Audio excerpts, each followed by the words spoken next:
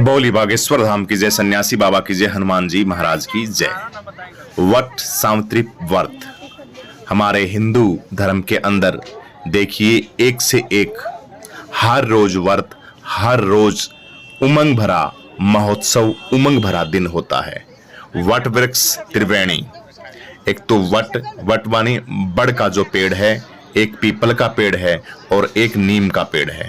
तीनों ऐसे वट हैं जो आज नहीं, आदि काल से, हमारे ऋषियों के काल से ही त्रिवेणी को, इसको सर्वोपरि जो सबसे ऊपर माना गया है। तो वट सावित्री की कथा इतनी बहुत सुंदर कथा है और इसका महापर्व भी रखा जाता है।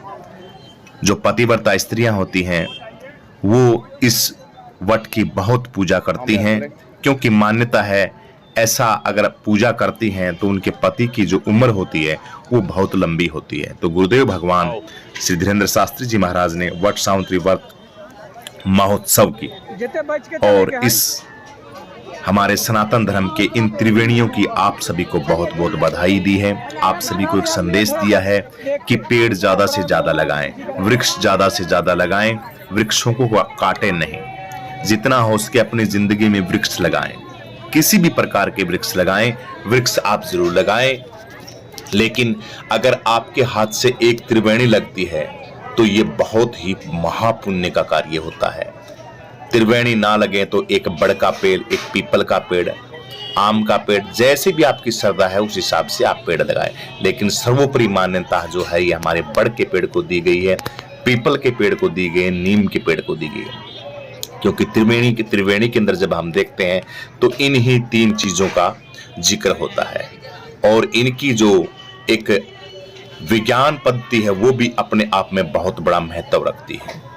कोई भी पेड़ हो वो कार्बन डाइऑक्साइड ऑक्सीजन के दो जो सिस्टम होते हैं, कार्बन डाइऑक्साइड लेते हैं और ऑक्सीजन छोड़ते हैं। लेकिन बड़, पीपल और नीम एक ऐसे पेड़ हैं जो ऑक्सीजन छोड़ते हैं। कमाल, दिन रात, यानी रात को कार्बन डाइऑक्साइड, ये काफी पेड़ होते हैं जो ग्रहण करते हैं और दिन में छोड़ते हैं। तो ये क्या है, दिन रात ऑक्सीजन छोड़ते हैं। तो ये महान वृक्षों की गाथा इनकी, ये देखिए माताएं बहनें हनुमान जी महाराज के आगे अरदास लगा रही हैं और प्रकृति को बचाने के लिए एक दिव्य ऐसा संगम होना चाहिए, भक्तों का होना चाहिए। पूजा मात्र शक्ति तो वैसे विशेष लगी रहती बेचारी, लेकिन भाइयों को इनके बारे में थोड़ा सोचना चाहिए। जहां पेड़ खेत के अंदर मिले तो उसको काटना नहीं चाहिए, उसको बचाना चाहिए और जितना हो सके पेड़ों की रक्षा करनी चाहिए। पेड़ है तो सब कुछ है, वृक्ष अगर ज्यादा काट दिए तो हमारे जीवन के ऊपर भी इनका बहुत बड़ा महत्व पड़ता है। बीमारियां अनेकों प्रकार की लग जाती है।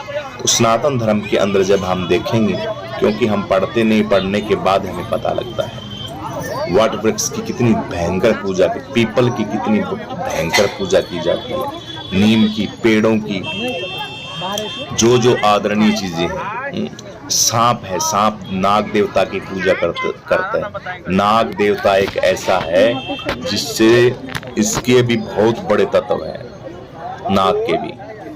मसीहा होता है नाग किसान का।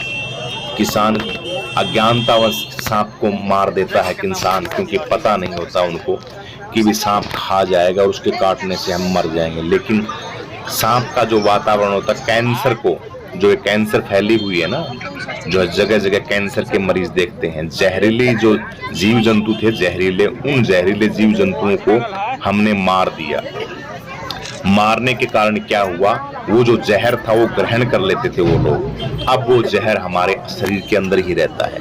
वातावरण का जहर होता था, उसको कंट्रोल करते थे, अपने अंदर सोखते थे। वो सांपों के अंदर जहर क्यों होता, वो सांप के अंदर जहर होता। प्रकृति ने सांप को इसलिए बनाया है, परमपिता परमेश्वर ने, कि जो बाहर का जहर है उस जहर को खींच लेता है वो। तो पहले हष्ट पुष्ट रहते थे, किसी भी प्रकार की कोई बीमारी नहीं रहती। अब जहां नाग देवता, सर्प देवता देख लिया, किसान अज्ञानतावश मार दिया, और भी मार रहे हैं, खेतों के अंदर जहां निकला है वहां मार देते हैं। तो ये भयंकर जो बीमारियां हैं, हार्ट अटैक की, कैंसर की, और ये जो चीजें हैं, ये हमारे शरीर में बढ़ने लगी, बहुत ज्यादा बढ़ने लगी। तो काफी चीजों का महत्व होता, अपना अपना महत्व होता, लेकिन अज्ञानतावश हम नहीं समझ पाते। इसलिए पेड़ों की रक्षा के लिए वट सावित्री वृक्ष व्रत कथा की महिलाओं को बहुत बहुत शुभकामनाएं दी हैं और साथ में एक संदेश भी दिया है कि वृक्षों की हमें रक्षा करनी चाहिए, उनका ख्याल हमें रखना चाहिए। बोली बागेश्वर धाम की जय, सन्यासी बाबा की जय, हनुमान जी महाराज की जय। पूजा के समय बरगद के पेड़ की जड़ में जल चढ़ाया जाता है और इसके चारों ओर 7 बार पवित्र धागा लपेटा जाता है। इसके बाद वट वृक्ष की परिक्रमा करें। फिर चने से पकवान बनाया जाता है और सास को उनका आशीर्वाद प्राप्त करने के लिए कुछ पैसे दिए जाते हैं। एक टोकरी में फल, अनाज, वस्त्र आदि रखें और किसी ब्राह्मण को दान कर दें। वट वृक्ष भीगे काले चने, बांस का पंखा, कलावा, मौसमी फल जैसे आम, लीची, अक्षत, अगरबत्ती, फूल लाल और पीले, केले का पत्ता, नए वस्त्र। जो लोग पहली बार वट सावित्री व्रत कर रहे हैं उनके लिए कपड़े का बना वर वधू का जोड़ा, मिट्टी का घड़ा, दीप बाती, घी, अगरबत्ती, तांबे के लोटे में गंगाजल मिला जल, सिंदूर, रोली, मिठाई।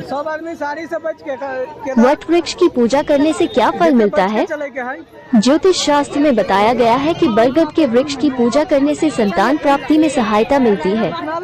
वही किंवदंतियों के अनुसार माता सावित्री की पूजा और निष्ठा को देखते हुए यमराज ने मृत पति परायणता को जीवनदान दिया था। तभी से यह मान्यता है कि वट वृक्ष की पूजा करने से महिलाओं को पति की लंबी उम्र का आशीर्वाद मिलता है।